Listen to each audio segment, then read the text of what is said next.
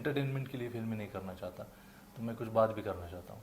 अगर हम जेंडर की बात करेंगे तो आपको ही लोग गाली देंगे, आप अगर कास्ट की बात उठाओगे तो आपको ही कास्टिस्ट कहा जाएगा।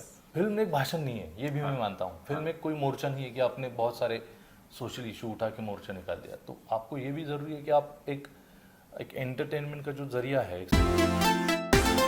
koimoi.com। नमस्कार, मैं नागराज मंजुळे और आप मुझे देख रहे हैं कोई मुई पर। Like, share and subscribe.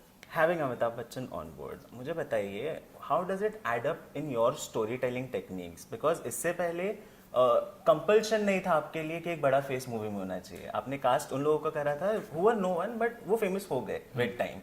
तो now having a star पहले से, how does it change your technique और process? प्रोसेस तो ज़्यादा नहीं बदला, लेकिन बच्चन सर होने के कारण मुझे कुछ कहते हैं ना कि मेरे ऊपर एक जिम्मेदारी थी कि फिल्म मेकिंग की जो मेरे प्रोसेस है, स्टाइल है और जिस तरीके से मैं काम करता हूँ, तो मैं थोड़ा खबरदारी रख रहा था कि बच्चन सर के साथ काम करना है तो मतलब जो शूटिंग प्रोसेस है वो भी, और मतलब लिखते टाइम से भी मेरे दिमाग में सर को दिमाग में रख के मैंने स्क्रिप्ट लिखा। तो ये थोड़ा सा प्रोसेस चेंज होता है। जब अमिताभ बच्चन आपकी फिल्म में होते हैं तो थोड़ा सा सब कुछ चेंज हो जाता है और वो बहुत अच्छे मायने में चेंज होता है। तो वो मतलब ये चेंज तो मेरे लिए बहुत कारगर है और अच्छा है कि मैं ये फिल्म कर पाया। That's amazing. But storytelling की हम बात ही कर रहे हैं since class divide, inequality has always been a fodder to your scripts. जब आप ये करते हैं और उसे हिंदी में लेकर आते हैं तो यहाँ पर आप क्या अलग से देखते हैं in this landscape? देखिए, हमारे हिंदी फिल्मों के फिल्मों को या हिंदी फिल्म जगत को हमने बहुत बहुत लंबे समय से एंटरटेनमेंट ने ये किया है, डोमिनेट किया है।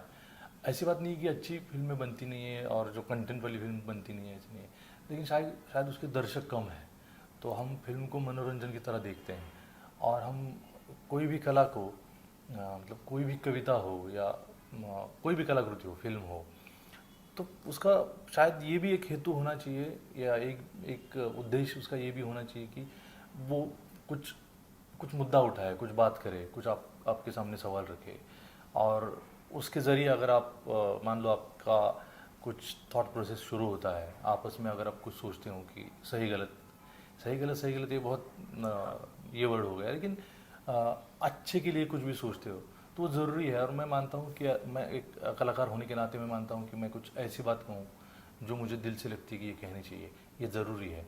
और जो भी है मतलब हमारी ज़िंदगी को जो बेहतरी के लिए जो भी होना चाहिए उसके बारे में मैं सोचता हूँ। तो शायद मेरा मैं फिल्म मेकर हूँ, लेकिन मैं सिर्फ एंटरटेनमेंट के लिए फिल्में नहीं करना चाहता, तो मैं कुछ बात भी करना चाहता हूँ। That's amazing. But आप वॉइस दे रहे हो उनको जिनके पास प्लेटफॉर्म नहीं है, से द मार्जिनलाइज्ड। तो मुझे बताइए as cinema as a whole हम कितनी दूर है उससे रिप्रेजेंटेशन से? देखिए, हम बहुत बार ना साधारीकरण कर देते हैं। हाँ। मतलब अमीर गरीब में सब बांट देते हैं। हाँ। और वो चीज़ अमीर गरीब वाली नहीं होती है। हाँ। तो उसमें बहुत लेयर्स होते हैं और हर एक जानता है, लेकिन कोई उसको बात नहीं करना चाहता, उजागर नहीं करना चाहता। तो मैं बचपन से फिल्में देखते आया हूँ, तो मुझे पता नहीं चलता कि अगर झुग्गी झोपड़ी में रहते तो वो कौन लोग हैं। हाँ। सिर्फ बोलते कि हम झोपड़ी, ऐसे नहीं कि झोपड़ियों के बारे में फिल्म नहीं बनी है, ऐसे नहीं कि हमारे कैरेक्टर झोपड़ी से नहीं है।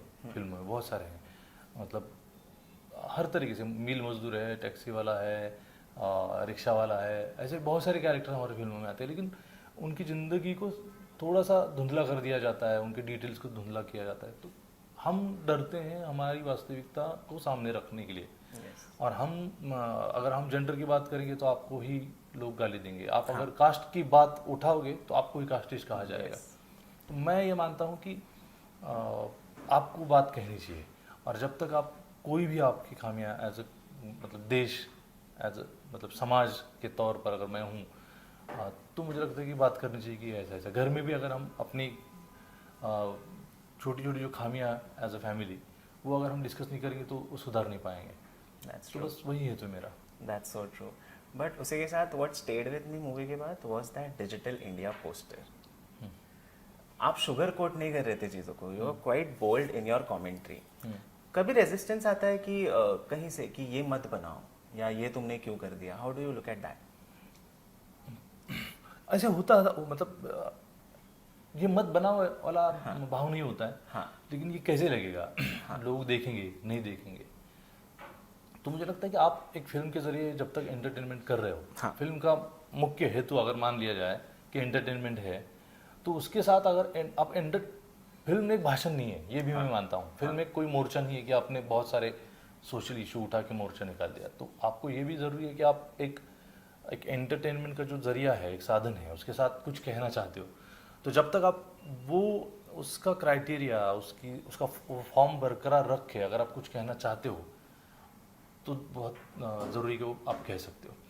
और फिल्म के फॉर्म में अगर आपने कुछ ऐसी बात जो आपने नोटिस किया, वो एक्चुअली बहुत ही सटल चीज़ है, बहुत ही एक कम वक्त सेकंड में के चली लिए जाती था, है, yes। लेकिन फिर भी आपने नोटिस किया। इस बात की मुझे खुशी है और अच्छा लगा मुझे कि आपने ये बात नोटिस की।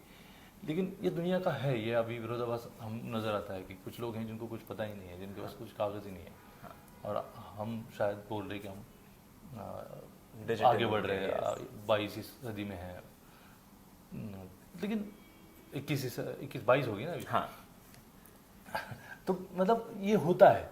तो मैं सोचता हूँ कि एंटरटेनमेंट के साथ कुछ आप ज़रूरी सेंस बात कर रहे हो तो बेहतर है।